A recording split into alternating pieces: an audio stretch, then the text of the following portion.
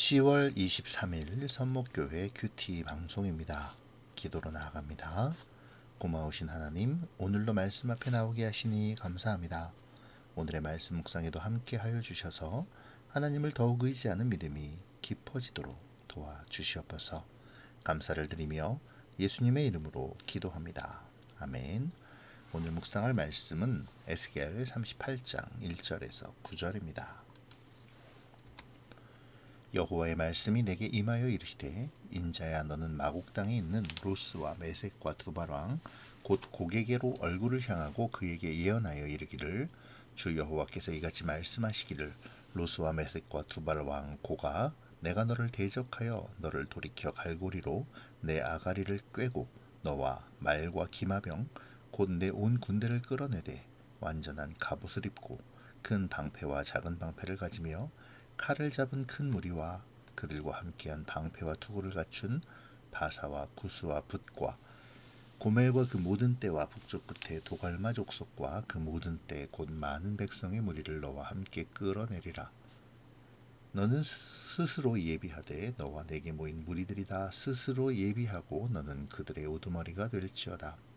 여러 날 후 곧 말년에 내가 명령을 받고 그 땅 곧 오래 황폐하였던 이스라엘 산에 이르리니 그 땅 백성은 칼을 벗어나서 여러 나라에서 모여 들어오며 이방에서 나와 다 평안히 거주하는 중이라. 내가 올라오되 너와 내 모든 때와 너와 함께한 많은 백성이 광풍같이 이르고 구름같이 땅을 덮으리라. 아멘. 오늘부터 시작되는 38장과 39장의 이야기는 회복된 이스라엘이 평안을 누리는 중에 맞게 될 곡연합군의 침략과 궁극적으로 이루어질 하나님의 백성들의 최후 승리에 대한 이야기입니다. 이 부분은 묵시적인 성격이 강하게 드러나는데요. 상징적으로 하나님의 나라의 확장과 그에 대한 사탄의 반격, 곧 적그리스도의 출현과 궁극적인 하나님의 나라의 승리를 예시하고 있습니다. 마곡 땅의 왕 곡이 회복된 땅에서 평화롭게 살아가는 하나님의 백성을 공격하려 합니다. 이에 하나님은 에스겔로 하여금 곡에게 하나님의 경고의 말씀을 전하라고 명하시죠. 여기서 마곡 땅의 왕 곡은 메섹과 두발을 통치하고 있습니다. 그는 하나님의 섭리 가운데 이스라엘을 공격하기 위해 북방에서 내려오지만 결국에는 이스라엘의 산에서 하나님이 보내신 재앙으로 인하여 멸망당하고 말죠. 이 곡이 누구인가에 대하여는 학자들마다 다르지만 대부분의 학자들은 지금의 터키 지역에 위치했던 리디아 왕국의 기게스 왕일 것이라고 주장합니다. 그리스의 철학자 플라톤은 그의 국가라는 책에서 이 기게스 왕에 대하여 언급했는데요. 기게스는 원래 목동이었지만 어느 날 투명인간이 되는 신비한 반지를 손에 넣고 그 반지의 힘으로 나라를 찬탈하여 왕이 되는 탐욕스러운 인물이죠.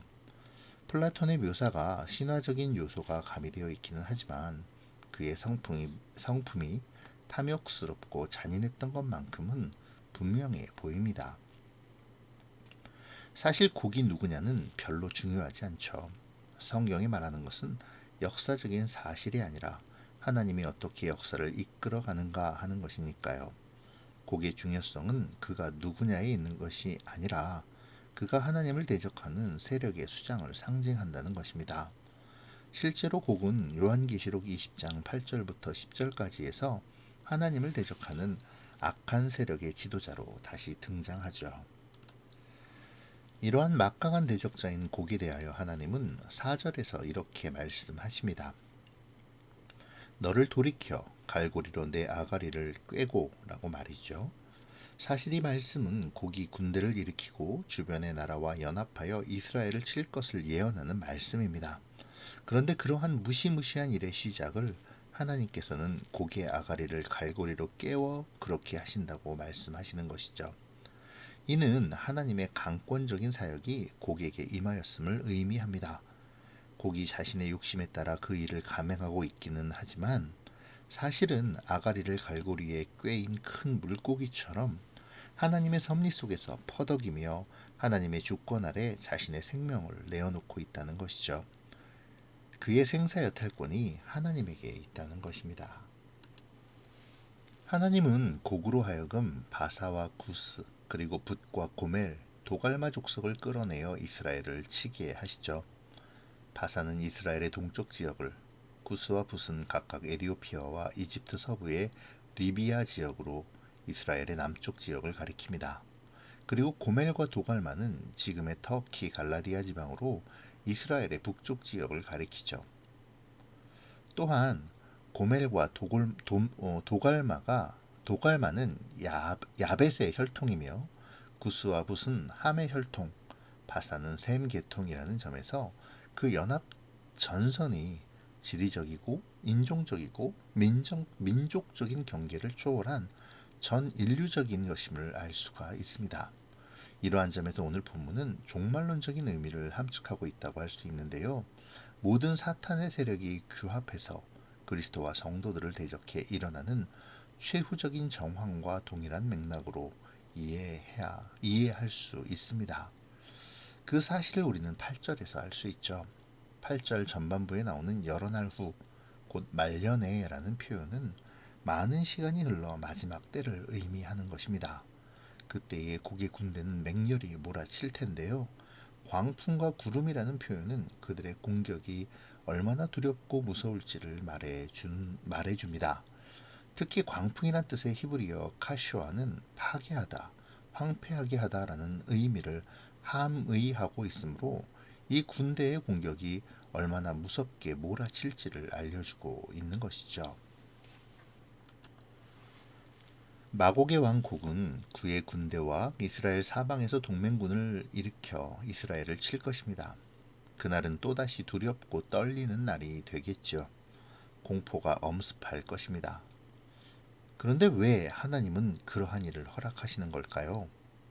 지금까지의 말씀에서 하나님은 회복을 선포하셨습니다. 구원을 선포하시고 다시는 이 땅을 빼앗기지 않을 것을 선언하셨죠. 어제 본문에서도 그와 같은 선언은 유지되었습니다. 하나님이 그들의 하나님이 되실 것을 말씀하시며 이스라엘 안에 성소를 세워 영원히 거하시겠다고 선포하셨죠. 그런데 왜 이런 어려움을 또다시 겪게 하실까요? 하나님께서 이 전쟁을 허락하시는 이유는 뒤에 나올 새로운 성전과 연관이 있습니다. 40장부터 이어질 새로운 성전, 곧 새로운 창조의 세계는 악의 완전한 괴멸로 시작되어야 하죠. 그러므로 이번 전쟁은 악을 사용하시어 하나님의 백성을 심판하시는 징계가 아니라 적들을 괴멸하시기 위해 그들을 전장으로 불러내신 것이죠.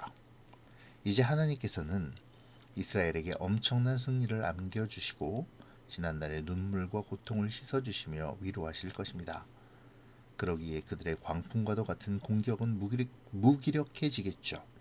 구름과도 같은 절망은 곧 소망으로 뒤덮이게 될 것입니다.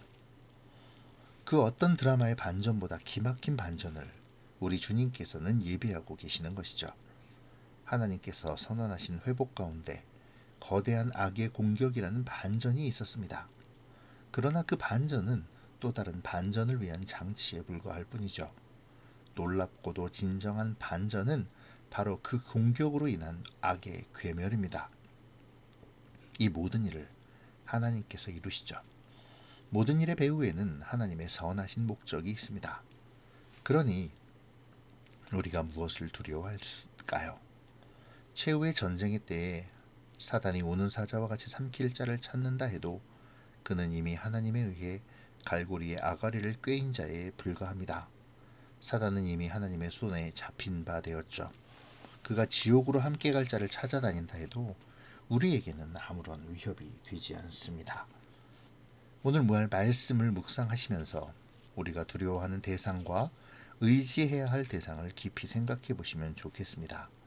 우리가 세상에 맞서 싸워 나아갈 때 어떤 마음 자세와 어떤 신앙으로 대처하는지, 하나님의 진리와 말씀과 성령으로 나의 삶을 무장하고 있는지 우리를 돌아보고 결단하는 이 시간이 되시기를 바랍니다. 오늘 말씀의 8절은 마곡의 왕 곡이 이스라엘을 공격할 시기에 관하여 기록하고 있는데요. 이것은 우리에게 많은 시사점을 줍니다.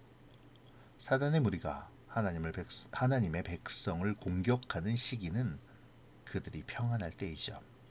물론 어려움과 시련을 통해서도 사단은 공격하기도 하지만 가장 효과적인 공격의 타이밍이 언제인지는 사단이 정말 잘 알고 있죠. 회복되어 평안할 때, 이만하면 위기를 넘겼어 라고 생각할 때, 이제 하나님의 은혜 아래 평안한 삶을 누리는 바로 그 순간에 사탄의 공격은 시작됩니다.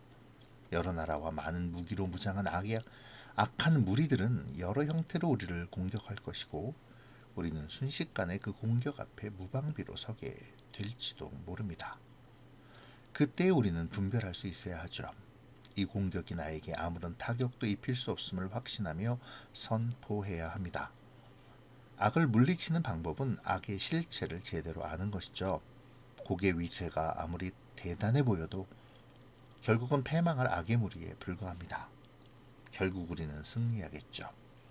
하지만 그 승리를 위해 우리가 해야 할 일도 있습니다. 그것은 우리가 하나님과 맞서는 삶에서 벗어나 하나님을 향한 공격에 맞서는 삶으로 바뀌어야 한다는 것이죠. 쉽고 편한 삶의 유혹에 굴복하지 않고 또 세상 질고에 넘어져 변절하지 말아야 합니다.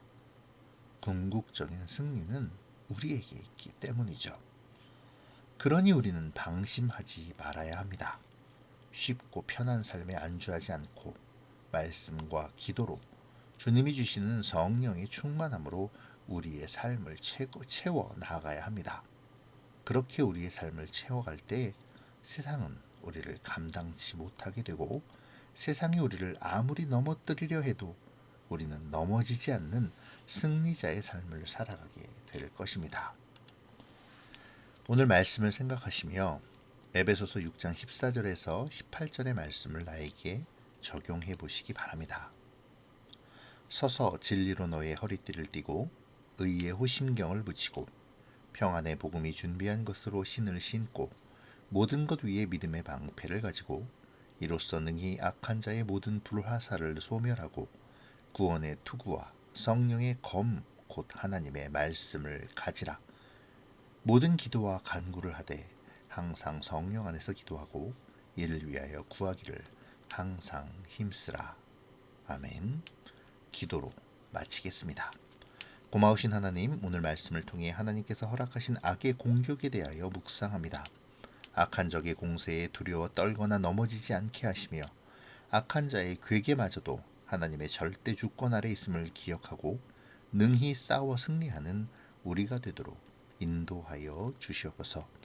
매일매일의 선한 싸움을 에베소서 6장의 기록처럼 말씀과 기도로 깨어 치르게 하시고 주님의 보호하심과 인도하심 속에 악을 이기며 주의 영광을 드러내는 삶을 살도록 역사하여 주시옵소서. 감사를 드리며 예수님의 이름으로 기도합니다.